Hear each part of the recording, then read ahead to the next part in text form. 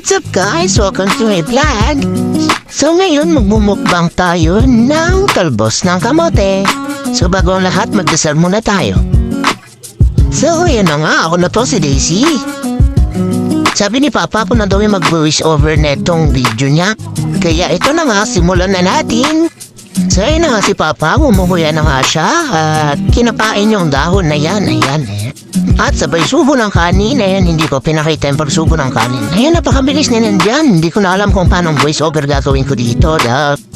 Guys, di ko na din alam kung ano yung mga sasabihin ko kasi. Ayan, so mag-voice over lang naman siya.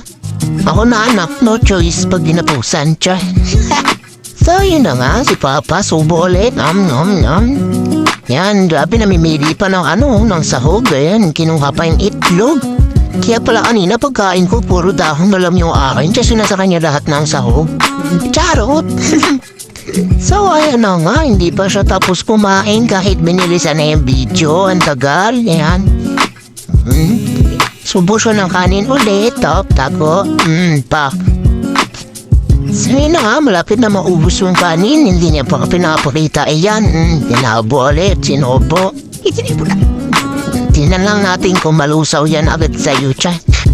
Ayun na nga, hinigop pa yung suka. Ayan, yung sauce. Masarap yan guys kapag maanghang. Ewan ko ba't di siya naglagay ng sili. Mas masarap yan kapag sobrang anghang. Talaga yung maiiyak na talaga. Sino nga ako kawawa yung dilis so nag-hype pa. Napakabilis mamuya dyan ni Papa. Wow, pagpagpagpag pa ng kamay. At higop ulit ng sauce. Ayan, pa.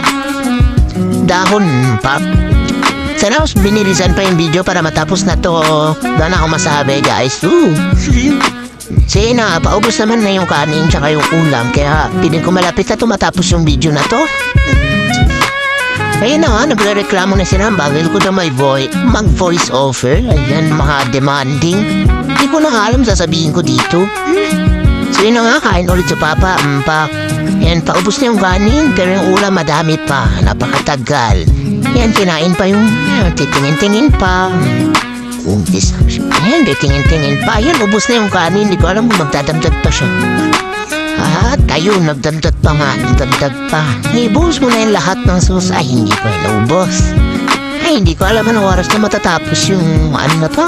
Video na to. Hindi ko alam ba't ako yung pinag-voice over nito. Hindi naman maganda yung boses ko. Nice!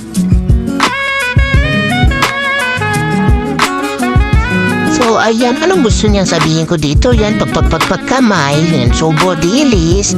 Tapos, ayan, ang tagal mamuya. Tapos, kain ulit ng dilis ulit. Ayan, naubos niya na yung dilis, guys. Ayan, kanin ulit. Ubos na, paubos na naman yung kanin. Kasi pa isa-isa yung dahon. Dapat, nilakihan niya na yung pagkuha. Dinapot niya na ganun, di ba dapat yan?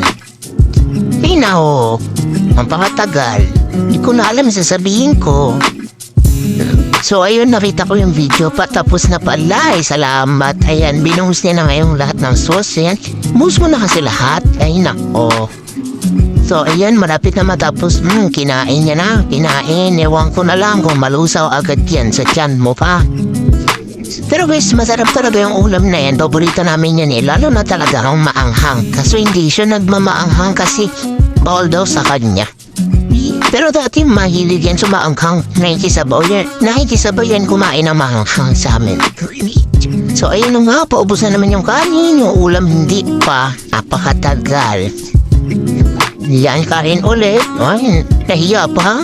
Nagkutsara pa. Kanina pa yung nagkahamay. Nagkutsara pa daw kunwari. So ayan, patapos na siya kumain dyan guys. Kaya kayo nagtsara niya na siguro kasi hindi niya na makamay kasi nga maliliit na yun. Hindi niya na madakot ng kamay niya. Ayan. Hindi ko alam kung mauubos na ba yung ulam. Hindi yata. So ayan guys, patapos na siya and that's all. Thank you. Bye-bye. See you in our next video.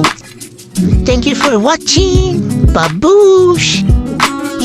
Please pa-subscribe naman. Bye-bye. God bless you.